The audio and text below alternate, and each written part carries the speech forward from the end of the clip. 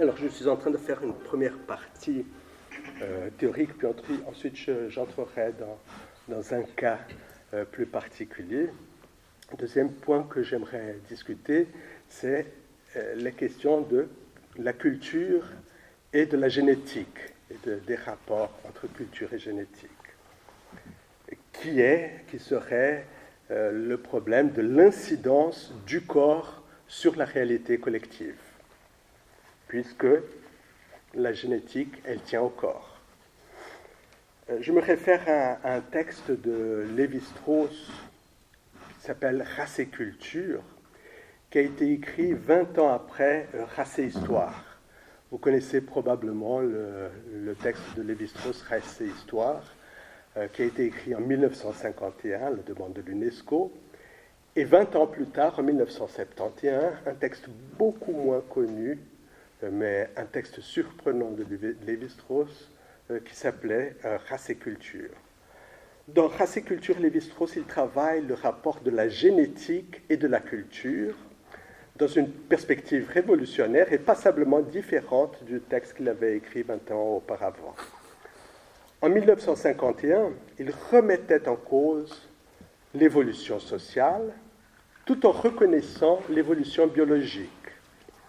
Il niait la détermination de la race sur la culture, parce qu'il y avait beaucoup de thèses racistes, n'est-ce pas, qui disaient, par exemple, Watson lui-même, vous connaissez Watson et Crick, qui ont découvert la structure hélicoïdale du DNA.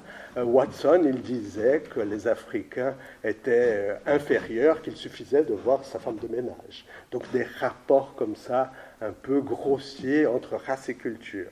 Et c'est contre ça que Lévi-Strauss, et le texte de Lévi-Strauss est devenu célèbre en 1951.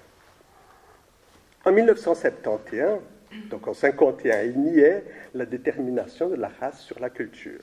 En 1971, il se réfère à l'évolution culturelle comme jouant un rôle. Donc, avant, il avait nié l'évolution, il avait critiqué la théorie de l'évolution sociale, et là, il se réfère à l'évolution culturelle, non seulement comme existant, mais comme jouant un rôle déterminant dans l'organisme humain. Il ne nie plus complètement que l'organisme puisse avoir une incidence sur le culturel. Toutefois, il constate que l'évolution culturelle est beaucoup plus rapide que l'évolution organique, et il renverse le déterminisme dans la mesure où les particularités culturelles participent de façon intense à la sélection des particularités génétiques qui, rétroactivement, vont consolider les traits culturels. Je ne sais pas si vous avez tout à fait saisi cette question. Ça veut dire l'évolution culturelle est beaucoup plus rapide. Ce n'est pas seulement les modes qui sont rapides, mais si on voit en 500 ans toute l'évolution culturelle, les évolutions qui ont pu avoir à ce niveau-là, mais biologiquement, il faudrait faire encore des comparaisons à ce point-là. On n'a pas tellement évolué de nos ancêtres d'il y a 500 ans en arrière. Et puis, il y a cet effet rétroactif, selon lui, où le biologique est transformé par la culture et qui va renforcer la culture qui a été transformée par elle. Donc l'évolution organique et l'évolution culturelle se transforment de façon intriquée.